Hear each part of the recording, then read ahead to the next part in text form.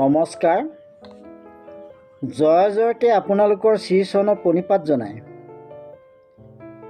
আজিৰ ভিডিঅ' মাজলৈ আগবাঢ়িছোঁ। আজিৰ বিষয়ভাগ হ'ল বান্দৰবীৰ বালি আৰু সুগ্ৰীৱৰ জন্ম ৰহস্য ও ভাতৃঘাতী সংঘাত। প্ৰিয় দৰ্শক, এদিন সৃষ্টিকৰ্তা ব্ৰহ্মাই মেৰু পৰ্বতত বহি যোগ ধ্যান কৰি থাকোঁতে চকুৰ পৰা এটোপা লো পৰি তাৰ পৰা মাইকী বান্দৰ এজনী উৎপত্তি হৈছিল। সেই বান্দৰীগৰাকী পৰম ৰূপৱতী আছিল। সেই ৰূপৱতী বান্দৰী গৰাকী দেখি স্বৰ্গৰ ইন্দ্ৰ দেৱতা আৰু সূৰ্য দেৱতাৰ কামাতুৰা হৈ পৰিছিল। দুয়ো কামাতুৰ হৈ দুয়োৰে বীৰ্যপাত হ'ল। ইন্দ্ৰৰ বীৰ্যপাত বান্দৰীগৰাকীৰ মূৰত পৰিছিল আৰু সূৰ্য দেৱতাৰ বীৰ্যপাত গিব্ৰাত পৰিছিল। গিব্ৰা অৰ্থ হ'ল গলত পৰা, অৰ্থাৎ বান্দৰীৰ গলত পৰিছিল। তাৰ ফলত বান্দৰীগৰাকী গৰ্ভৱতী হৈ দুটি বান্দৰ জন্ম দিছিল। ইন্দ্ৰ দেৱতাৰ বীৰ্যৰ পৰা জন্ম হোৱা বান্দৰটিৰ নাম থলে বালি, সূৰ্য দেৱতাৰ বীৰ্যৰ পৰা জন্ম হোৱা বান্দৰটিৰ নাম থলে সুগ্ৰীৱ। পিতৃ দুজন হ'লেও সম্বন্ধত ককাই ভাই। বালি ডাঙৰ, সুগ্ৰীৱ সৰু, বহুত মৰমীয়াল ককাই ভাই আছিল। ব্ৰহ্মাৰ নিৰ্দেশক্ৰমে বালি আৰু সুগ্ৰীৱ দুয়োকে বান্দৰৰ ৰাজ্য কিকিন্ধাত ৰাজত্ব কৰিবলৈ আদেশ দিলে। সেইমতে জ্যেষ্ঠ বালি ৰজা হৈ সুগ্ৰীৱৰ সহায়ত মহাপৰাক্ৰমে ৰাজত্ব কৰিলে। কিছুদিনৰ পিছত দুয়ে বিয়া পাতিলে। বালিৰ পত্নীৰ নাম তাৰা আৰু সুগ্ৰীৱৰ পত্নীৰ নাম হ'ল ৰুমা। তাৰাৰ গৰ্ভত এটি সন্তান জন্ম হ'ল, নাম থলে অংগদ। তেওঁলোক দুয়োৰে মৰম চেনেহ আৰু জা জুৱলীৰ মাজত মৰম চেনেহ দেখি প্ৰজাসকলেও বহুত আনন্দ পাইছিল। প্ৰিয় দৰ্শক, এদিন লংকাৰ ৰজা ৰাৱণে কিকিন্ধা ৰাজ্য আক্ৰমণ কৰিবলৈ আহিছিল।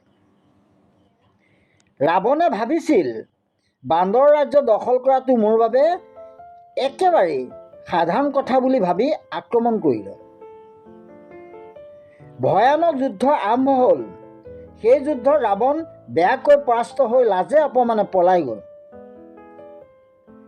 ৰাৱণে মনতে ভাবিলে, বালি আৰু সুগ্ৰীৱ ইমান পৰাক্ৰমী বীৰ কিয়? পিছত গম পালে ইন্দ্ৰ আৰু সূৰ্য দেৱতা ঔৰসত জন্ম। কিছুদিনৰ পিছত দুন্দুভি নামৰ এজন দানৱ আহি বালিৰ লগত ভয়ানক যুদ্ধ কৰিছিল। সেই যুদ্ধত বালিয়ে দুন্দুভি দানৱক মাৰি মৃতদেহটো ওপৰেৰে দলিয়াই পেলোৱাত ঋক্ষমূৰ পৰ্বতৰ মাতংগমুনি আশ্ৰমত গৈ মৃতদেহটো পৰিল আৰু দানৱৰ তেজেৰে আশ্ৰম পুলসিত হ'ল। এই অনৰ্থৰ কাৰণে ঋক্ষমূৰ পৰ্বতত উঠিলেই বালিয়ে মৃত্যুবৰণ কৰিব লাগিব বুলি মাতংগমুনিয়ে অভিশাপ দিলে। বালি কোনো কাৰণত ঋক্ষমূৰ পৰ্বতত প্ৰৱেশ কৰিব নোৱাৰে। বালিয়ে দুন্দুভি বধ কৰাত তেওঁৰ ভাতৃ মায়াবী দানৱে ভাতৃবধৰ প্ৰতিশোধ ল'বৰ বাবে বালিৰ লগত যুদ্ধ কৰিলে। কিন্তু বালিৰ পৰাক্ৰম সহ্য কৰিব নোৱাৰি প্ৰাণৰ ভয়ত গৈ পাতাললৈ পলাই সুৰংগত প্ৰৱেশ কৰিলে। বালি আৰু সুগ্ৰীৱে দুয়ো খেদি খেদি সুৰংগৰ মুখ পালে।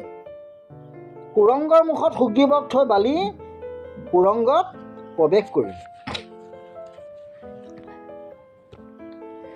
সুগ্ৰীৱ সুৰংগৰ মুখতেই ৰখীয়া হৈ থাকিল। এবছৰ সুগ্ৰীৱে ৰখি বালি অৰ্থাৎ দাদাক ঘূৰি নহা দেখি পাতালতেই মৃত্যু হ'ব বুলি ভাবিলে। কান্দি কান্দি সুৰংগৰ মুখখন বন্ধ কৰি থৈ দুখ মনেৰে ৰাজ্য পালেহি। পত্নী আৰু বৌয়েকক সকলো কথা বিৱৰি ক'লে। তেতিয়া বৌয়েক তাৰাই ক'লে, সিংহাসনত তুমি বহি ৰাজ্যখন চলোৱা। বৌয়েকৰ নিৰ্দেশ কৰ্মে সিংহাসনত বহিল। অংগদক খুৰা-খুৰীয়েকে নিজৰ সন্তানৰ ভাবে, বৌয়েকক মাতৃ বুলি ভাবে। প্ৰিয় দৰ্শক, কি আচৰিত ঘটনা! সুগ্ৰীৱ ৰজা হোৱাৰ কিছুদিনৰ পিছত বালি আহি উপস্থিত হ'ল। সুগ্ৰীৱ সিংহাসনত বহি থকা ঠাইৰ পৰাই চুলিত ধৰি টানি নি মাৰি মাৰি অবিশ্বাসী ৰাজদ্ৰোহী বুলি ৰাজ্যৰ পৰা বাহিৰ কৰি দিলে।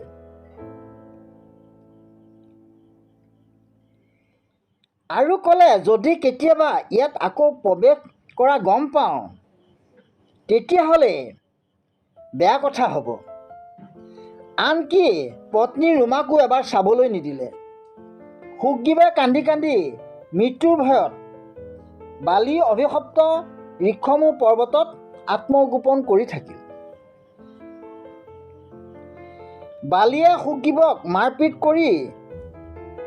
মাৰপিট কৰিও ৰাজ্যৰ বাহিৰ কৰি দিও শান্তিৰে নাথাকিল। ভাই বোৱাৰী ৰুমাক বেয়া দৃষ্টিৰে চাব ধৰিলে। বালিৰ পত্নী তাৰাই বহুত বাধা দিছিল, কিন্তু নামানিলে। সেই ভুলৰ বাবেই বালিৰ মৃত্যু অনিবাৰ্য। প্ৰিয় দৰ্শক, পাপ কৰিলে পাপৰ প্ৰায়শ্চিত্ত হ'বই। সেইকাৰণেই ভগৱানে ধৰাধামত যিকোনো ৰূপেৰে জন্মগ্ৰহণ কৰে।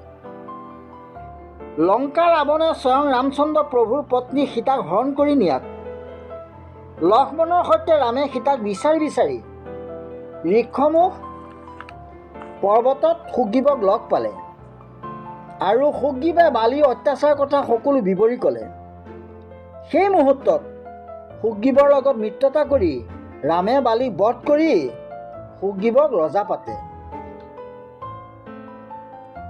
সুগ্ৰীৱে বৌয়েক মাতৃ তাৰাক সেৱা জনাই সিংহাসনত বহে। সুগ্ৰীৱৰ সহায়ত ৰাৱণক সবংশে নিৰ্মূল কৰি সীতাক উদ্ধাৰ কৰিলে। সুগ্ৰীৱে আনন্দ মনে কিষ্কিন্ধাৰ ৰজা হৈ বহুকাল ৰাজ্য শাসন কৰি থাকোঁতেই গম পালে যে প্ৰভু ৰামচন্দ্ৰ দেহ ত্যাগ কৰিব। তৎক্ষণাৎ বালিৰ পুত্ৰ অংগদক ৰাজ্যৰ ভাৰ অৰ্পণ কৰি মাতৃ তাৰা আৰু পত্নী ৰুমাৰ পৰা বিদায় লৈ সুগ্ৰীৱ অযোধ্যালৈ আহিল। আৰু ৰামচন্দ্ৰ দেহ ত্যাগ কৰাৰ লগতেই সুগ্ৰীৱেও দেহ ত্যাগ কৰিলে। এই আছিল বান্দৰবীৰ বালি আৰু সুগ্ৰীৱৰ জন্ম ৰহস্য ও ভাতৃঘাতী সংঘাত। আজি ইমানতেই সামৰণি মাৰিছোঁ।